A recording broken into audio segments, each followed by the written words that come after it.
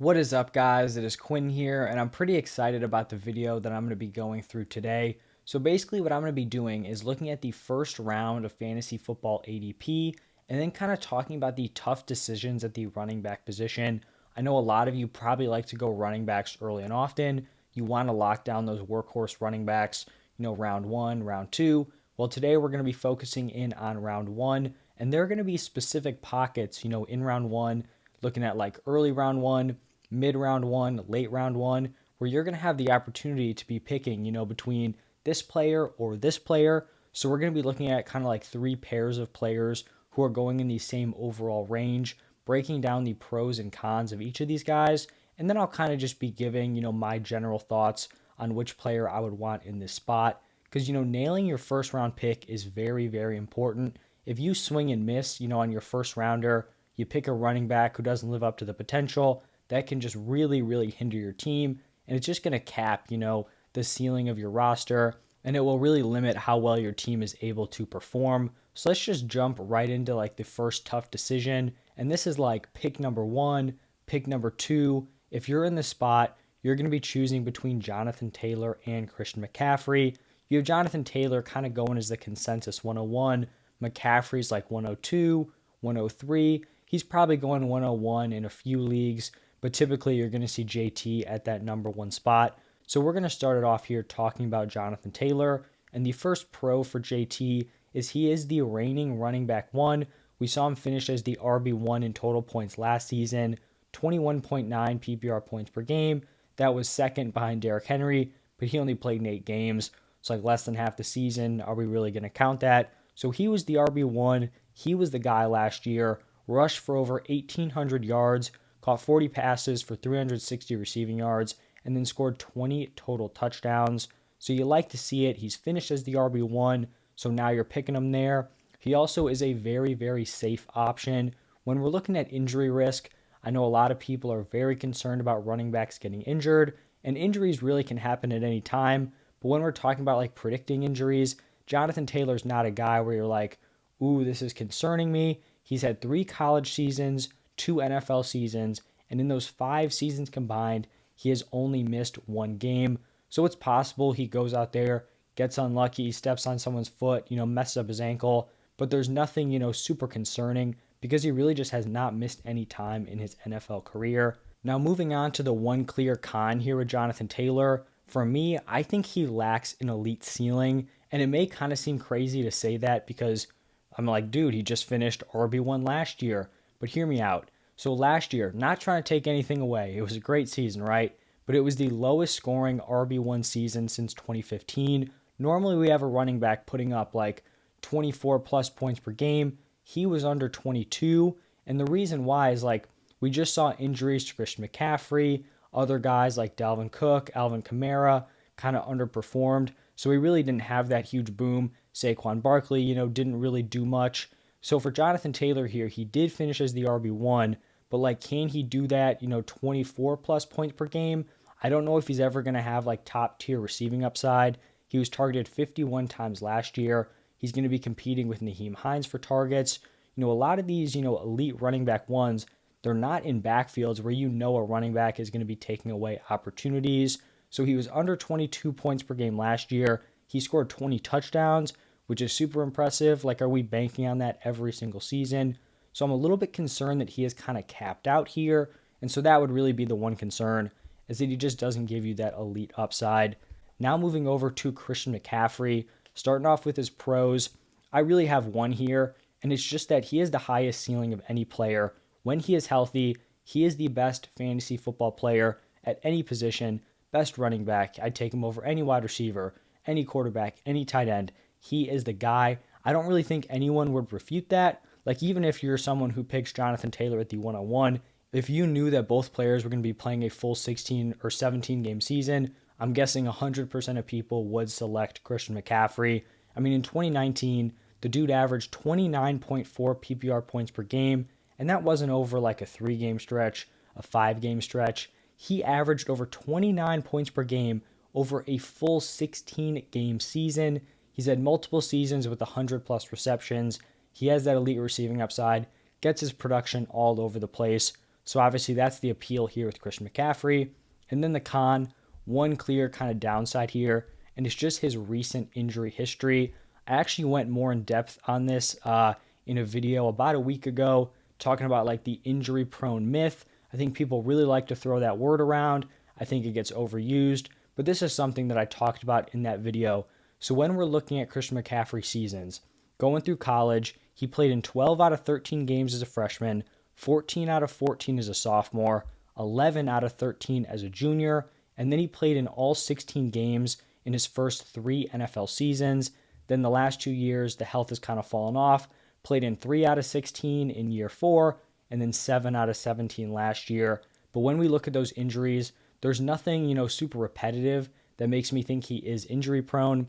2020 thigh strain, 2020 high ankle sprain, 2020 AC joint sprain, 2021 low ankle sprain, and then 2021 hamstring strain. So for me, it's more plausible that he has kind of just gotten unlucky after being very lucky for, whatever it was, the 6 straight years of limited injuries. I'm more inclined to believe that than thinking that, all of a sudden here in year 4, just every single part of his body deteriorated at the exact same time.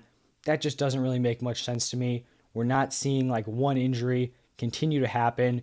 When he gets back on the field, he looks like the same guy. So here, if I'm choosing between JT or Christian McCaffrey, I will be choosing Christian McCaffrey. I don't hate it if you go with Jonathan Taylor, but for me, I'm shooting for upside. And if you're getting Christian McCaffrey like the 103 and he hits, he could like basically single-handedly win you your season. You could have an average team around him, and that positional advantage could take you to the championship. Now over to the next tough decision. It's going to be Austin Ekeler versus Derrick Henry. These are guys who are going like mid-first round.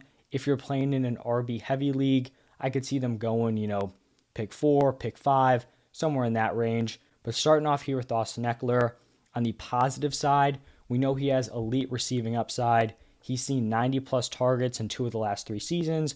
The one he didn't, obviously he dealt with injuries, so he probably would have hit that number. And then not only does he get the volume, he also is pretty efficient with those targets. So in 2019, he was the RB1 in yards per reception. 2020, the RB18, took a little bit of a step back, but then bounced back in 2021, the RB7 in yards per reception. The other pro is that he's just going to be on a top tier offense. This is led by, potential MVP candidate Justin Herbert, a really, really strong unit. The Chargers last season were top 5 in points per game and top 5 in plays per game. So the volume can be there, and we know the touchdown upside is there also. The one downside here with Austin Ekeler, which I think some people are talking about, some people don't seem too worried by. For me, I'm a little bit concerned, but I do think he could lose some touches. So in 2021, that was like the clear largest workload of his career. Played in 16 games, had over 200 carries, and then 94 targets. The Chargers went out. They drafted Isaiah Spiller in round 4. I think he's someone who could come in, take some early down work, and not only take early down work, but like potentially goal line opportunities. And I just don't really like having that up in the air. If I'm taking a running back in the first round, I want to know they have a locked down workload. And it is possible Ekeler has that, but I'm just not 100% sure. So just something to kind of think about here. For Derrick Henry, looking on the positive side, we know he's going to have a massive workload. The dude just has crazy rushing volume. He averaged 27.4 carries per game last year in 2021. No other running back in the NFL averaged over 20. So that is just a massive disparity, like over 7 carries more than the RB2. He's logged 300 plus carries in 2 different seasons. One of those years, it was like 378 carries. Just crazy, crazy numbers. He's rushed for over 2,000 yards in a season, and the man just always finds a way to get into the end zone. The other positive is that he's going to be the offensive centerpiece on this team. The Titans traded away A.J. Brown. There's some uncertainty at the wide receiver position. This could be a decent unit, but you have a rookie in Treylon Burks. You don't know how he's going to be in year 1. You have Robert Woods, who's been super successful, but he's coming off of an ACL tear. So the Titans are going to rely very heavily on Derrick Henry to support this offense. Now looking at the negatives, I do think he lacks receiving upside. We actually saw an increase in his receiving work last year, averaged 2.5 targets per game. When I saw that number, it looked really sad, but it really kind of just showed, how little receiving work he had had in years past because like we were excited about 2.5 targets per game because we just had not seen that out of Derrick Henry. So that is a very low number.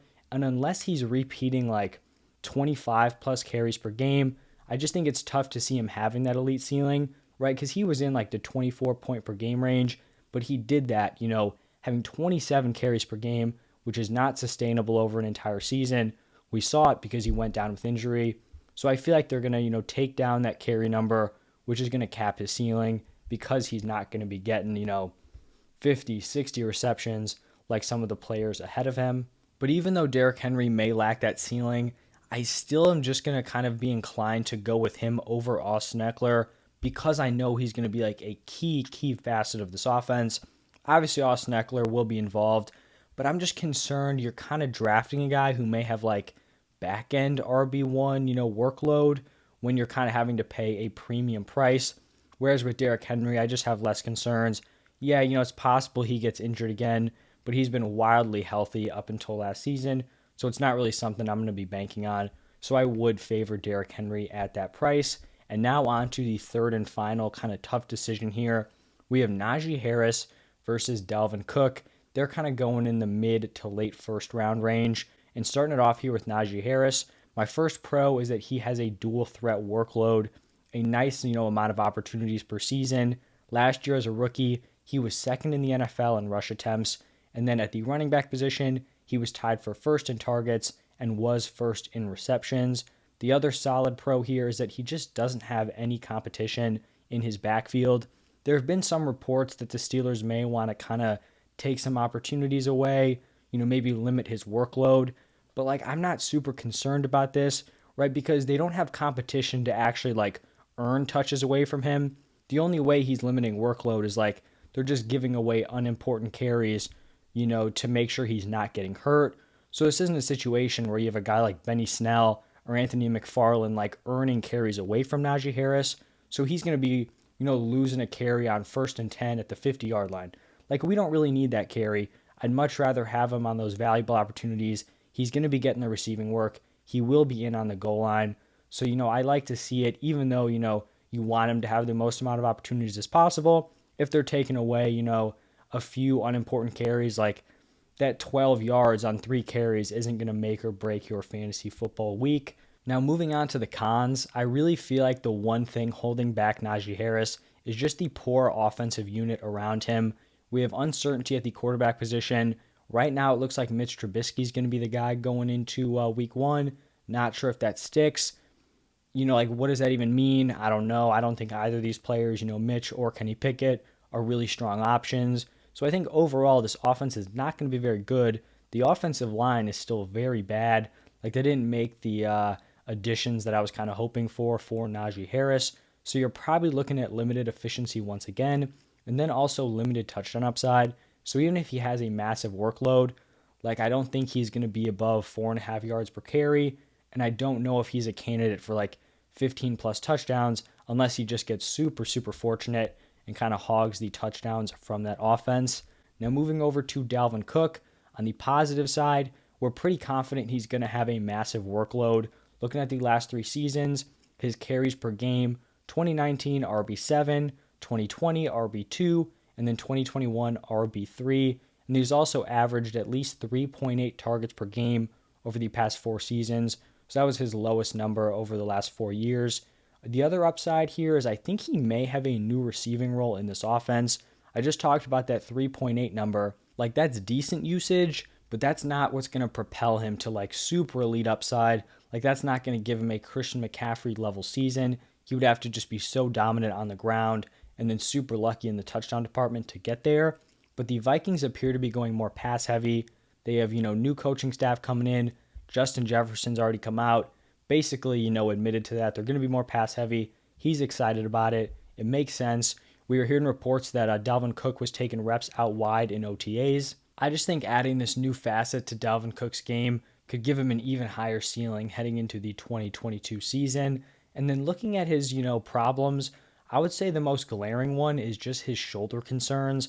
I know injury prone gets thrown around a lot. I hate when people use that kind of term, But I think if we're actually talking about injury prone, like a real injury prone player, Dalvin Cook is one of those guys. Let's take a look at his shoulder injury history. So starting off in 2014, he tore his labrum.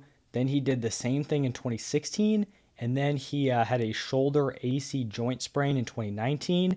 And then last season, he dislocated his shoulder and then tore his labrum again. So this is an injury where if you do it once, it's more likely to happen a second time. We saw it happen a third time. So it's very possible, he dislocates his shoulder again here in 2022 or tears his labrum. And so there's some concern there. This still isn't a situation where I'm fading Dalvin Cook. Injuries happen, but I do think there is risk there for injury with Dalvin Cook. So looking at Cook and Najee Harris, I kind of had a strong opinion towards McCaffrey and Derrick Henry. With this one, I really feel like you could go either way. I think both these guys are really strong values, like end of the first round. I think they both have high-end RB1 upside, so I really don't think you could go wrong with either player. I think I would lean slightly towards Dalvin Cook, but it's very, very close. I don't have as strong of an opinion as I did for the first two comparisons, but that's probably going to wrap it up for this one. So kind of three tough calls, in the first round at the running back position, McCaffrey versus Jonathan Taylor, Derrick Henry versus Austin Ekeler, and then Najee Harris versus Dalvin Cook. I'm thinking of making a similar video for the wide receivers.